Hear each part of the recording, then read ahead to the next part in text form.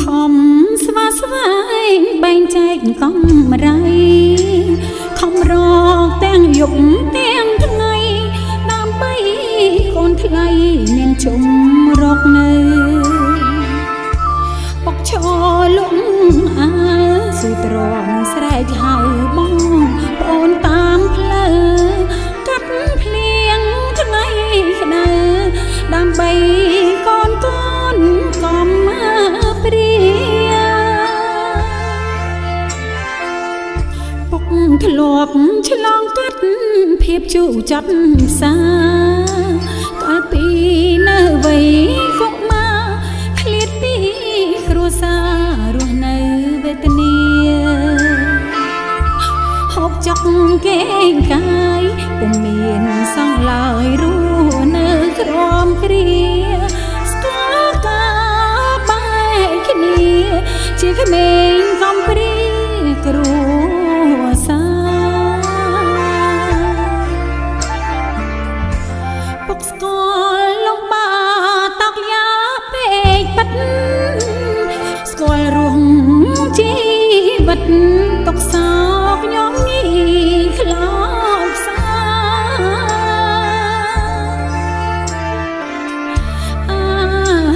ហូបចុកសឹកទុកដាច់ម្ដាដឹងកូនត្រូវការគ្រប់រាល់រូបបាទជាប្រចាំថ្ងៃឥឡូវពេលនេះពុកត្រូវតែខំប្រឹងរកស្វាស្វែងខ្សែផ្សំដើម្បីសាងសង់ផ្ទះកូនប្រុសស្រីពុកដើរពុករត់ខំមាត់អត់ធ្មត់ទូហត់ដាច់ក្តីមិនហ៊ានចេញស្ដីខំប្រឹងរាល់ថ្ងៃដើម្បីកូន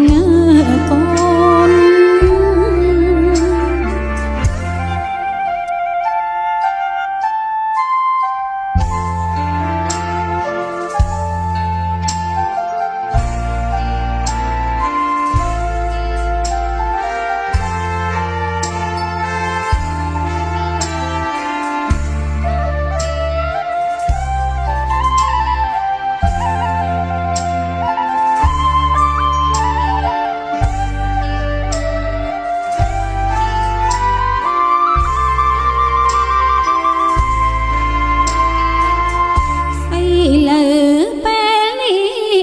ត្រូវតែ